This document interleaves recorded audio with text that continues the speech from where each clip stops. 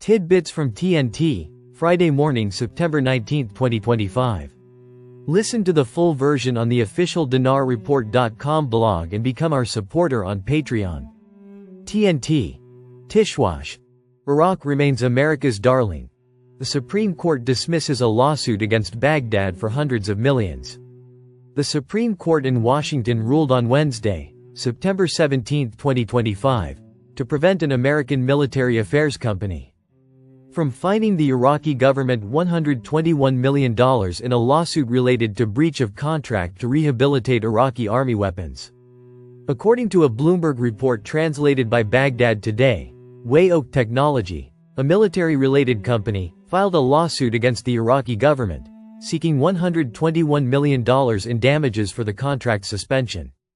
The Supreme Court affirmed that Iraq is protected under the U.S. Foreign Immunity Act, noting that this law protects foreign governments from prosecution in such cases, even in the presence of formally signed contracts. The report added that the court's decision means Iraq retains immunity, which prevents companies and commercial entities from being sued within the United States, whether for breaches of contract or damages resulting from operating in Iraq. The roots of this immunity date back to the aftermath of the 2003 invasion of Iraq, when the U.S. Congress passed a special law signed by former President George W. Bush, known as the Iraq Freedom from Judicial Attachment Act, which granted Iraq exceptional protection from lawsuits and seizures. Experts interpreted this move as maintaining Iraq's status as a spoiled child in U.S. politics, amid subsequent presidential successions that ensured this privilege would continue for 2 full decades. Tishwash.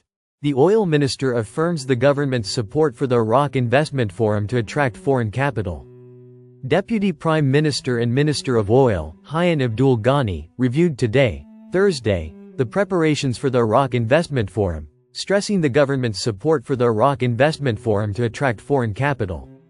A statement by the Ministry of Oil stated, Abdul Ghani met with a delegation from the Preparatory Committee for the Iraq Investment Forum, headed by Ibrahim al-Masudi al-Baghdadi, chairman of the Iraqi Economic Council and member of the Preparatory Committee. The statement added that, the chairman of the council provided a detailed explanation of the dialogue session for the Ministry of Oil, which is scheduled to be chaired by the Minister of Oil on September 27.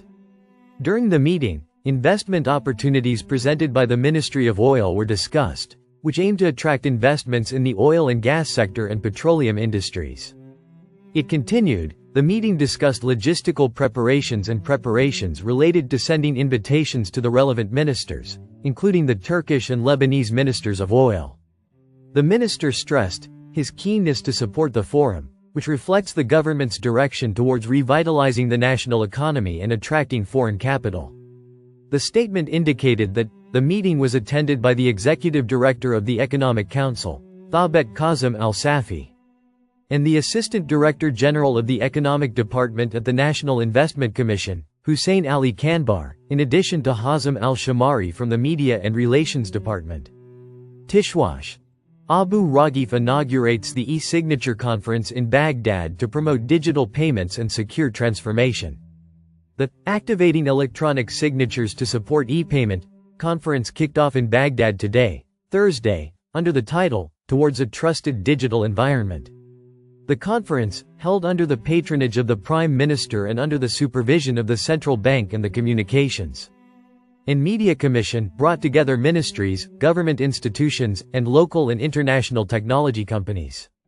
In his speech during the opening session, which was followed by Euphrates News, the chairman of the Communications and Media Commission, Nofal Abu Raghif, said, the conference represents a fundamental step in building a secure digital environment that supports the national economy. Under the sponsorship and essential partnership of the Communications and Media Commission as the regulatory body for this vast sector, confirming its tireless pursuit of real partnerships with financial technology, fintech companies to develop innovative financial services that respond to the needs of citizens in the digital age.